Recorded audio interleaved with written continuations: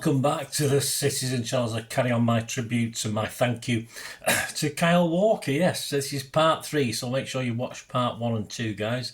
We're remembering Kyle Walker's time through local media, mainly the Manchester Evening News, but some national media as well, including journalists like Stuart Brennan, Simon Bukowski, Joe Bray, Tyrone Marshall, many others, and my own personal observations as well.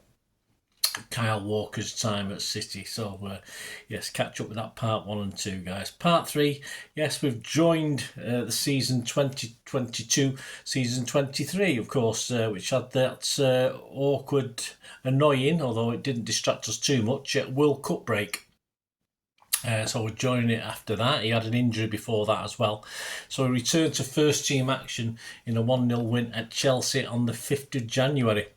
And we played Chelsea again just 4 days later at the Etihad in the FA Cup, and that was a 4-0 win, and Walker was given licence to roam down the right wing and didn't waste it, clocking up an assist as he underlapped Mahrez, who found him in the box, and Walker squared for Phil to side foot home for 2-0, and he seemed to enjoy himself. Simon Bukowski rated him an 8, he even got a 7.5 from me, so that's very generous. Sadly, in a below par performance, so just days later, in a 2-0 loss at Southampton, a very depressing night that was, in the Carabao Cup, he was subbed at half-time.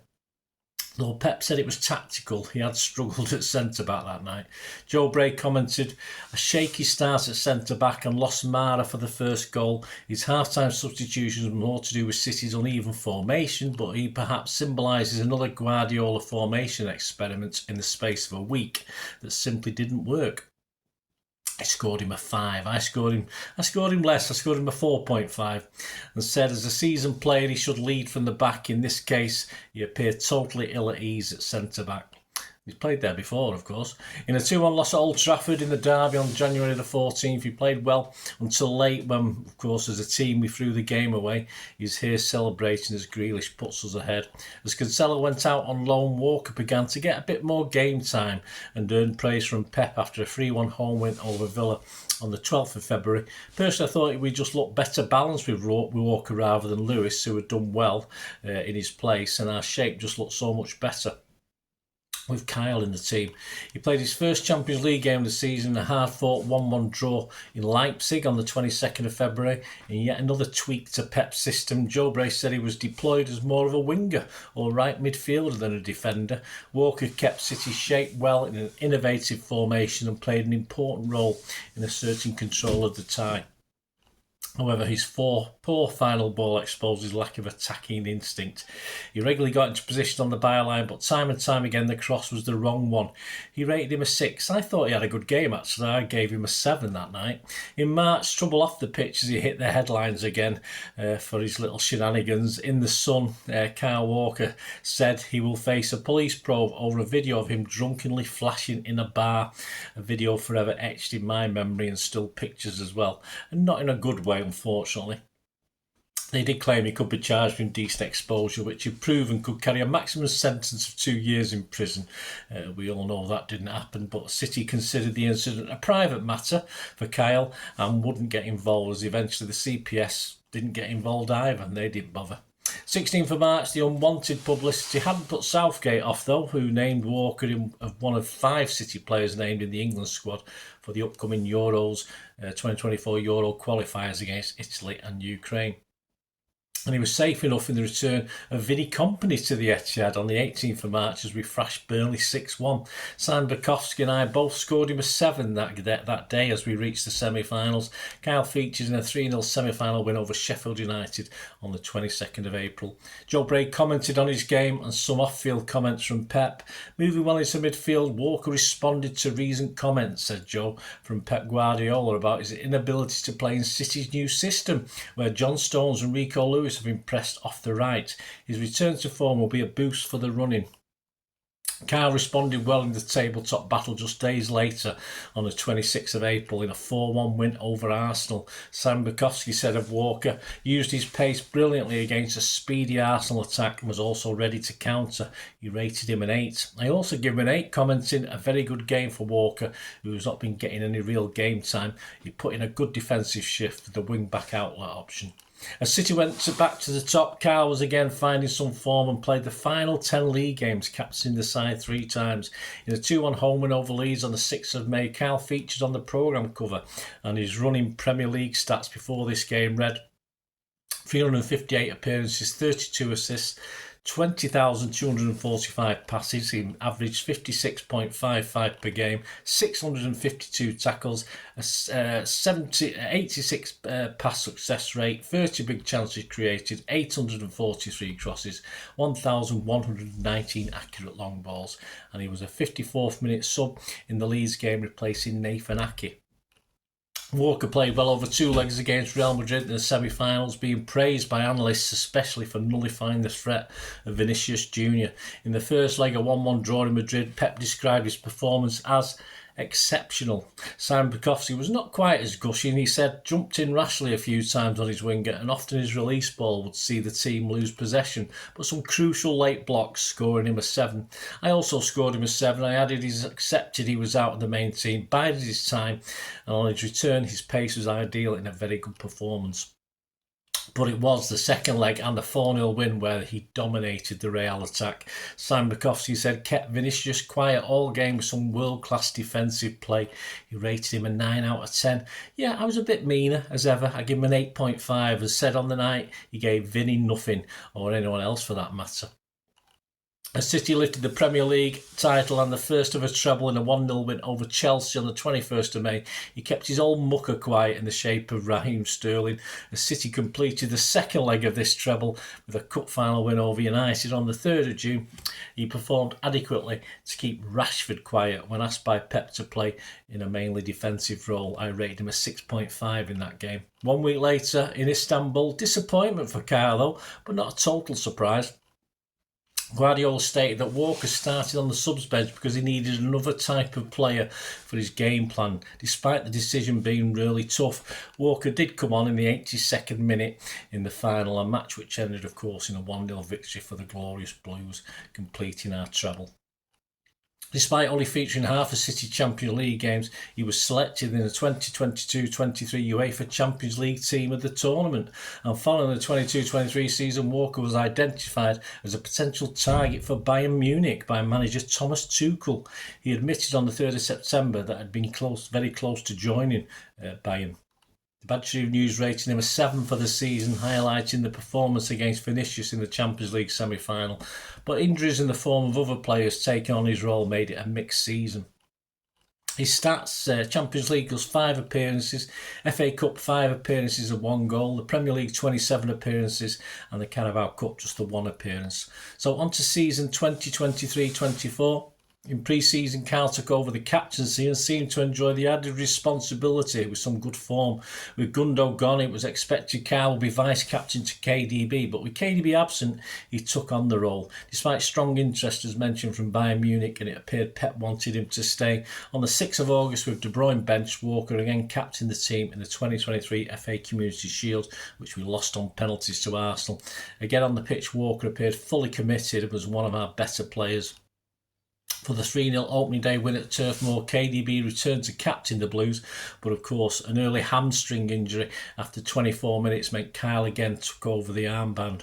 He had another good game, rated an 8 from Simon B and a 7 from me. He had a big part in the second goal on 36 minutes, being slipped in on the right by Foden, and his layback found Alvarez, who in turn supplied Haaland to blast home. Walker captained City in the 2023 UEFA Super Cup on the 16th of August and scored the winning penalty as City beat Sevilla 5-4 on penalties after a 1-1 draw to lift another trophy for the Blues. Walker later stated he'd been reluctant to take the final penalty, proclaiming that if anyone had played with him, they would know that he didn't like taking them. But as captain, he accepted the responsibility. To be fair, our hearts sank a little bit watching him stroll up as well, but it was a pretty awful penalty, but it managed to squeeze in, so there, all's well that ends well. Despite the trophy win, like most in Sky Blue, Walker didn't have a great game that match and scored just a 5 rating from Simon Bukowski and a 5.5 from me. On the 19th of August at home to Newcastle, Walker was asked to occupy the whole right flank and did extremely well all over the pitch, making loads of running and decision making at top speeds. Looked effortless. He rated an 8 in the Manchester Evening News. My score was a 7.5, he agreed, but he lacked a killer through ball, but we're used to that, and he held the ball reasonably well as Pep would want. On the 27th of August, in a 2-1 win over his boyhood club, Sheffield United, it was a mixed bag as after 85 minutes his attempted back heel in our own box was an error that led to an equaliser for the Yorkshireman, but he quickly made amends as nice work set up Foden, who fluffed a chance, but Rodri was on hand to score the winner. Simon B and I both rated him a 6. On the 14th of September, Kyle Walker signed a new Manchester City contract, keeping him at the club until the summer of 2026, supposedly. A promo had Kyle suited and booted doing a Wolf of Wall Street skit as he claimed, "I'm not leaving." He got his first assist of the season as 10-man City beat Forest 2-0 on the 23rd of September at home. He cushioned a Rodri pass delicately back for Foden to lash home. Tyrone Marshall scored him an 8, noting his work rate when City found themselves down to 10 men after a Rodri red card in the game was superb. Walker was rested for the Carabao match up at St James's on the 27th of September as City crashed out 1-0 at the first hurdle. More disappointment at the Emirates. We lost our third game in the last 4, losing 1-0 to Arsenal on the 8th of October. Personally, I believed he was our best player that day for this one, scoring him a 7, as did Simon Bukowski, who complimented his job keeping Martinelli quiet. He impressed again for me in a 3-0 win at Old Trafford. One again, not giving Rashford many chances. On the 29th of October, I scored him a 7.5, a 7 from Simon B. Gideon Brooks of the Express also rated him a 7. After the derby, his all-time Premier League stats read 373 games, 8 goals, 33 assists, 666 tackles, that's a bit nasty, 75% success rate, 550 interceptions, 889 clearances, 51 yellow cards, 1 red, 32 big chances created and 863 crosses. With City safely through to the Champions League round of 16 with a couple of games to go, he rated poorly though in a 3-2 home win over RB Leipzig with a relatively rare so far this season poor display. Simon Bukowski said of him, one of his poorest games of the season, caught out by Leipzig attackers speeding past him. I agreed, we both scored him just a 5. I judged Kyle achieved a personal treble in a 1-0 loss at Villa on the 6th of December. I said Walker was poor in defence, attack and captain his own treble. I rated him a 4 in that one. And as ever, City played our last couple of games before the Club World Cup. I even asked if we had lost a bit of pace. Kyle captained City to yet another trophy with 2 fairly routine, comfortable wins in Saudi. He even helped himself to an assist in the first game before coming back to the bread and butter. But again, it was a mixed bag from our skipper. And he was our skipper despite KDB being available again. It was confirmed that Walker would remain captain permanently, De Bruyne has stated. I'm number 2. Walks, that's Walker's nickname, Walks, is number 1. On the 13th of January, Newcastle, nothing emphasised the mixed bag of performances more than the 3-2 win at St James's in January. His cross was flicked on by Bernardo, but it was culpable for both Newcastle goals which came down his wing. Simon Bukowski said, decent cross for the assist, but a man who prized himself on 1v1 defending was beaten for 2 goals, improved in the second half hour and rated him a 5. I said, despite the assist, another poor right-back performance, shocking for their second, and only gave him a 4. He'd done well against Sterling previously, but in a 1-1 draw at home with Chelsea on the 17th of February, I was less than impressed, scoring him just a 5, as he struggled to contain our old boy Sterling for this one. He may have struggled with Sterling, but again, not with Rashford, as United visited the Etihad on the 3rd of March. Despite Rashford scoring from distance, he generally kept him quiet in an eventual 3-1 win for City. And then, sadly, a hamstring injury kept him out for a month. So we'll carry on with this one as we get to the end of March and another match-up with Arsenal in part 4 of this look of Kyle Walker. A little thank you to Kyle Walker. I hope you enjoyed it. Just let me know any memories you've got of Kyle or anything that have been sort of surfaced from listening to this part 3 of Kyle Walker's thank you. And thanks for watching, guys.